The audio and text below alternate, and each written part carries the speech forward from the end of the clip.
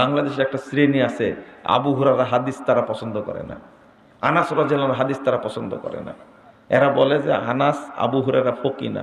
High রে মোর করে, আবু হুরায়রা কত বড় মুহাদ্দিস, কত বড় ফকি, আর বলে আবু হুরায়রা ফকি না। কপাল পোড়া দেশের মানুষের, কপাল পোড়া।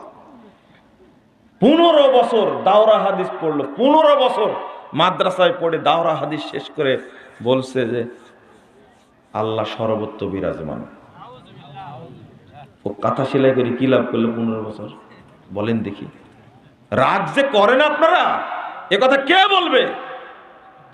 16 বছর 17 বছর পড়েছে, দেওবন্দে ইফতা করেছে, আর এক জায়গায় ইফতা করেছে, আর এক জায়গায় ইফতার করেছে, ট্রিপল মুফতি হওয়ার পরে বলছে এখনো জানে না মুফতি সাহেব আল্লাহ কোথায় আছে।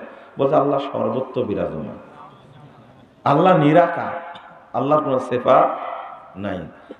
এই পড়াশোনা করে কোনো লাভ আছে? কেন লাভ করলেন? কোরআন আয়াতটা পড়লেন না? পড়েইনি, আয়াতটা পড়েইনি।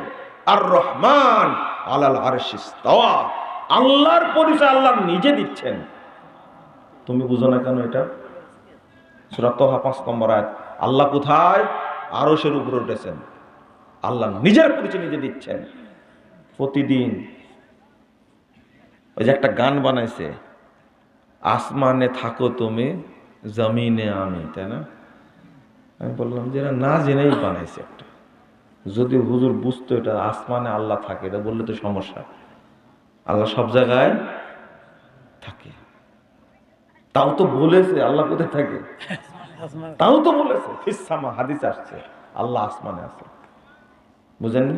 আসমান মানে আরশে আছেন।